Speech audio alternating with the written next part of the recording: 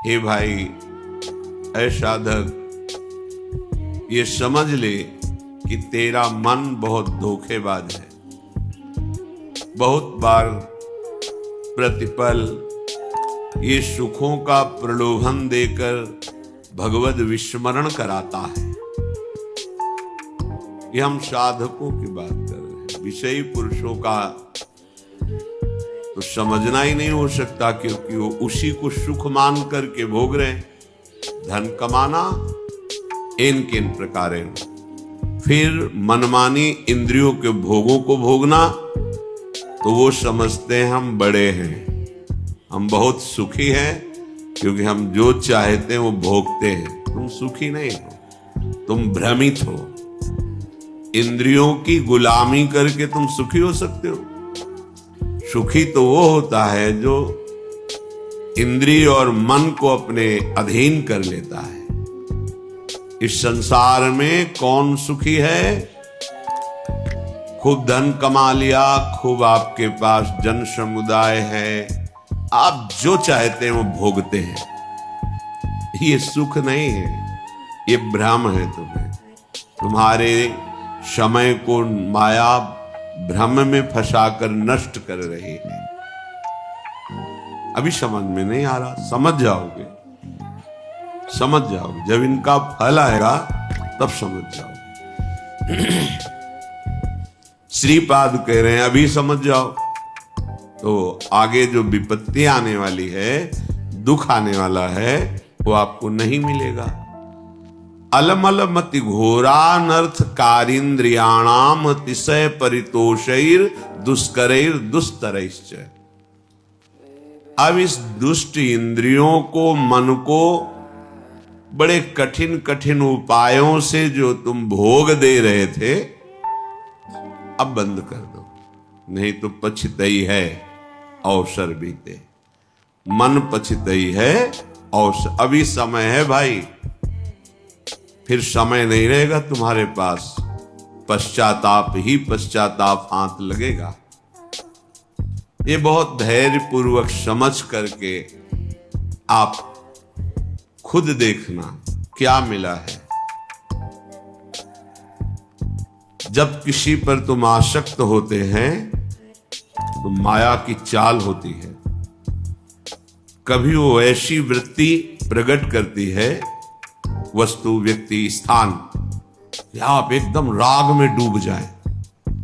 और कभी स्वाभाविक ऐसी वृत्ति प्रकट करती है कि आपको भारी जलन पैदा हो। अब राग छोड़ नहीं सकते, अब जलन से हो। धीरे धीरे वो राग ऐसी प्रतिकूलता पैदा करता है कि उसके हृदय में बस यही आता है, अब तो हिंसा ही एक उपाय है, या अपनी या सामने। ये माया की चाल। जो कहा गया है कि सर्वनाश हो जाता है, वो यही सर्वनाश है।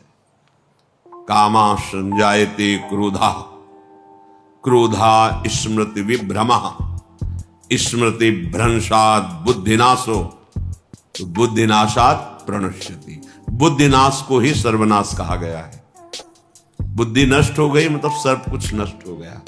बुद्धि में प्रकाश हो रहा है मतलब सब कुछ प्राप्त हो रहा है। ये बहुत घोर अनर्थकारी इंद्रियां हैं, श्रीपाद कह रहे हैं। सच्ची, जिस समय हम उपासक की बात कर रहे हैं, उपासक एकाग्रता पूर्वक सही दिनचर्या 2, 4, 10, 20 दिन, महीना भर चलाएगा, एक आनंद की उमगन आएगी। आनंद की उमगन में वो थोड़ा बेपरवाह होने लगता है। जहां थोड़ा बेपरवाह हुआ, उस बेपरवाही में इंद्रियों से फंसा देते हैं। हंसी, मजाक, मनोरंजन। जहां वो इसमें हल्का सा फंसा, रास्ता बना दिया भोग का। जहां उधर लगा तो उसे लगा कि जीवन का लाभ यही है, गिर गया। जहां गिरा बस फिर जो दुर्दशा होती है वो केवल उसका हृदय जानता है। उपासक की बात कर रहा हूं। विषयी पुरुष तो उसमें गर्व करता है कि मैंने आज ये भोगा, अज्ञानी। लेकिन उपासक की जो दुर्दशा हृदय में होती है, सच्चा, इसीलिए कह रहे हैं अलमल मति घोरा अनर्थकारी इंद्रियाणाम मतिशय परितोषैर दुष्करैर दुस्तरैश्च। इनसे पार पा जाना बहुत कठिन है मन और इंद्रियों से। इनका दुलार करते करते तुम्हारी दुर्गति हो गई है। दुर्गति का तात्पर्य हम किसी बाहर प्रकरण से ना लें, अंदर से लें। क्या तुम्हारा चिंतन चल रहा है? देखो अपने चिंतन की दशा।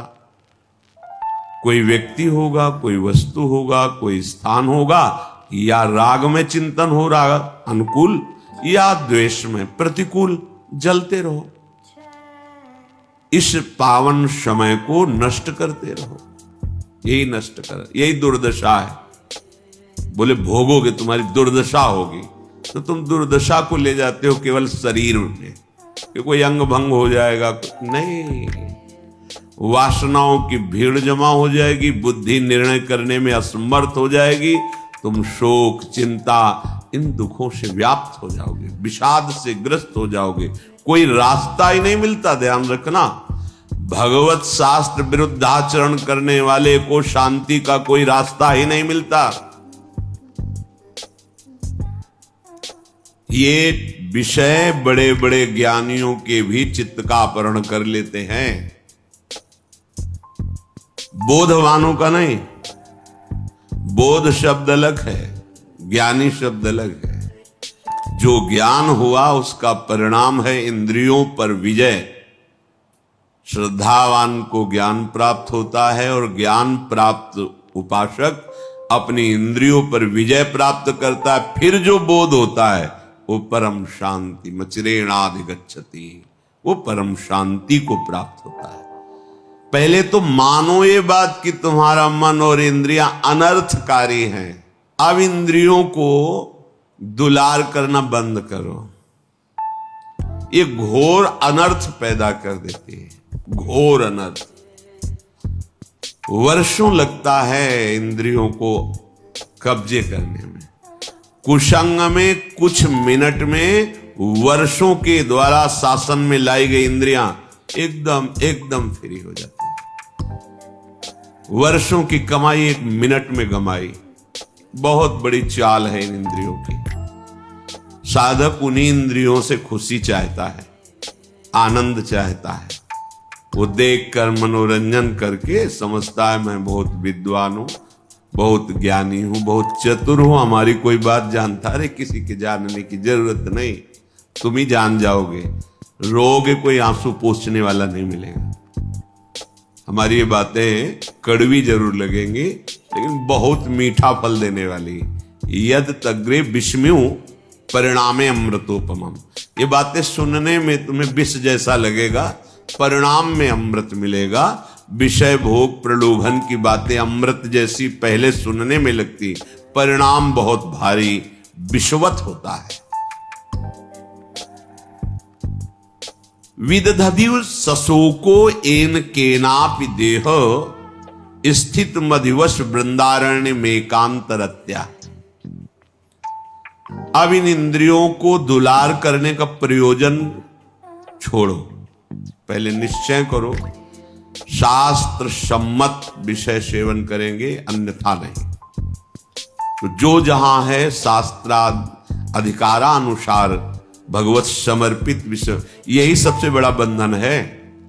यही बंधन जिसे आप सुख समझते हैं ना, यही सुख भाव से इस ज्ञान समुद्र जीव को बांध लिया माया ने, जिसका कभी भी बंधन नहीं हो सकता। वो इसी सुख भाव से बंधा हुआ है। अगर दुखालय को दुख बुद्धि से देख पावे तो अभी भाग पड़े भगवान की तरफ, इसीलिए नहीं भाग पाता। बुद्धि है, प्रयोग उसका नहीं। अब जैसे भजन नहीं है तो प्रश्न आया कि आप कहते मनुष्य योनि बड़ी दुर्लभ और बड़ा, अब तो बहुत जनसंख्या बढ़ रही तो कहां से आ रही? तो आप जगह एक बीता देखो खोद करके, इतनी दीमक है, इतने जीव हैं कि एक जिला में जितने मनुष्य हैं उतनी हाथ दो हाथ में दीमक निकल आएगी। अब वो जब आदमी बनेंगे तब तुम्हें ज्ञान है, अनंत ब्रह्मांड है, कौन से जीव की कहां गति कैसे भेजी जा रही। कलयुग को महर्षियों ने प्रणाम किया है, ब्रह्म ऋषियों ने प्रणाम किया है। जितना लाभ आप कलयुग में वृंदावन का ले रहे हैं, अन्य युगों में नहीं ले पाए। जितनी जल्दी भगवत प्राप्ति कलयुग में होती, अन्य युगों में नहीं होती।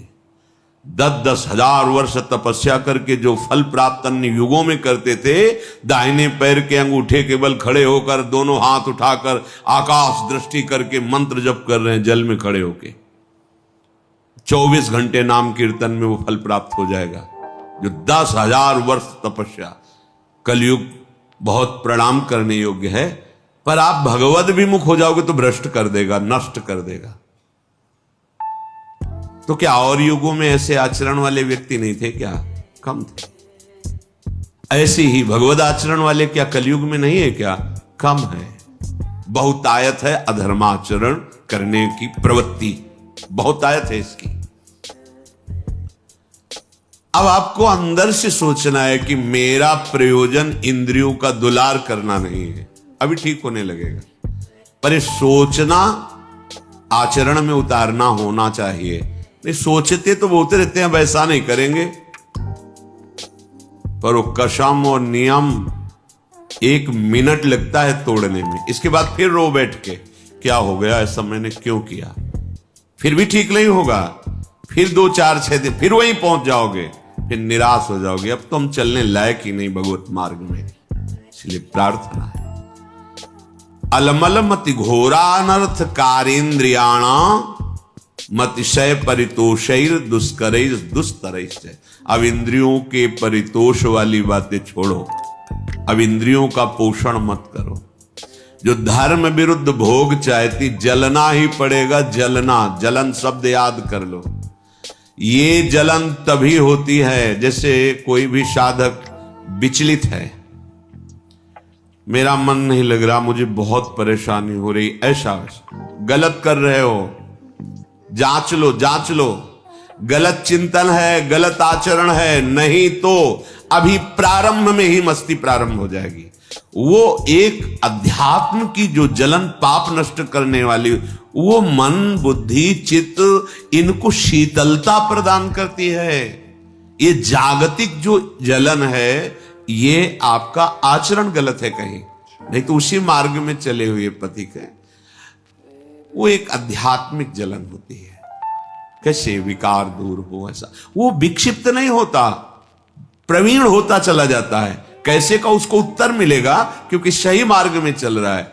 जब आप गलत कर रहे हो, गलत संग कर रहे हो, गलत आचरण कर रहे हो, शास्त्र विरुद्ध वार्ता कर रहे हो, शास्त्र विरुद्ध चिंतन कर रहे हो, तब तुम्हें वो विक्षेप प्राप्त होगा, जिसके लिए तुम पागलपन प्रकट करते हो कि अब मुझसे सहा नहीं जा रहा, रहा नहीं जा रहा, क्योंकि आग बढ़ा दी तुमने, उसको फूस दे दिया, घास फूस जमा कर दी, अब ज्वाला बढ़ रही, तुम्हारी गलती।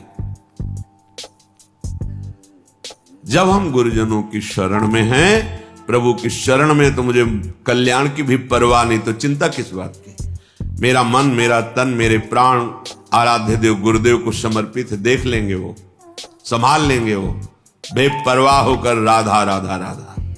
कहां समझ में आ रहा है? नहीं, इंद्रिय और मन की बात समझ में आ रही है, क्योंकि वो बहुत मुझे सुख देते हैं। स्पष्ट समझ लीजिए, गुरुजनों की बात और शास्त्र की बात इसलिए समझ में नहीं आती, ये पराये हैं। लेकिन इंद्रियां और मन, ये मेरे नहीं, मैं ही हूं, ऐसा अनुभव, ये माया का खेल, इनके द्वारा सिखाई बात सच्ची बात है। इनके द्वारा परोसा गया भ्रमात्मक भोग, ये सुख देने वाले, ये गुरुजन शास्त्र, ये अंदर के, ये मत घोरा अनर्थकारी, ये घोर अनर्थकारी बुद्धि है अंदर की। अब इसे सुधारिए। श्रीपाद कहे क्या करे? बोले विदधा दिवस ससुको एन केनापि देह, एन केन प्रकारेण, जैसे धर्म की कमाई से तुम्हारा शरीर निर्वाह हो वैसे चलो। गृहस्थ हो, विरक्त हो, आकाश वृत्ति, भिक्षावृत्ति, मधुकरी वृत्ति आदि जैसे, उससे निर्वाह करो। किसी भी का, अन्य का आश्रय न लो तो तुम कभी शोकातुर नहीं होगे विषयों के लिए। एक एक शब्द पकड़ने लायक है। अगर आप धर्म पूर्वक चलते हैं, धर्म की कमाई से नमक रोटी खाते हैं, आप चैन में रहेंगे, मस्त रहेंगे, क्योंकि भगवत मार्ग के प्रतीक है। गृहस्थ होते हुए आप अधर्म की कमाई कर रहे हैं, करोड़ों रुपए जमा हैं, भगवत विमुख हो, तुम्हें चैन नहीं मिल सकती, जिसे शांति कहते हैं, जिसे विश्राम कहते हैं, जिसे आनंद कहते हैं, स्वप्न में अनुभव नहीं हो सकता। करके देख लो, जल रहे, खूब करके देख लो, जलते ही रहोगे। ये पद, ये शरीर, ये भोग, ये वाहवाही, ये स्वाप्निक है, चंद मिनट की है। तुम्हारी वाहवाही क्या, जहां बड़े बड़े ताज उतार के रखते थे वो भी नहीं रहे। बहुत सावधान। ये अहंकार, ये इंद्रियों का दुलार, ये मन का दुलार तुम्हारा अनर्थ है, अनर्थ। समझ में नहीं आ रहा, समझ जाओ, निकल जाओ। तुम ही फंसे हो, सुख की बुद्धि ने तुम्हें फंसाया है, और इसका नाम दुखालय है, सुख नहीं है, नहीं है सुख। तुम्हारी बुद्धि अनर्थकारी तुम्हें धोखा दे रही है। अभी कैसे समझ, बहुत अल्प बुद्धि है, तर्क करते हैं, तर्क करते हैं। अब तर्क तो उस बुद्धि में जो पवित्र है, तो पवित्र तर्क आए। अब बहुत अज्ञान से घिरी हुई बुद्धि क्या इन शास्त्रों को समझेगी? तुम्हारा भोजन ठीक नहीं, थोड़ी भी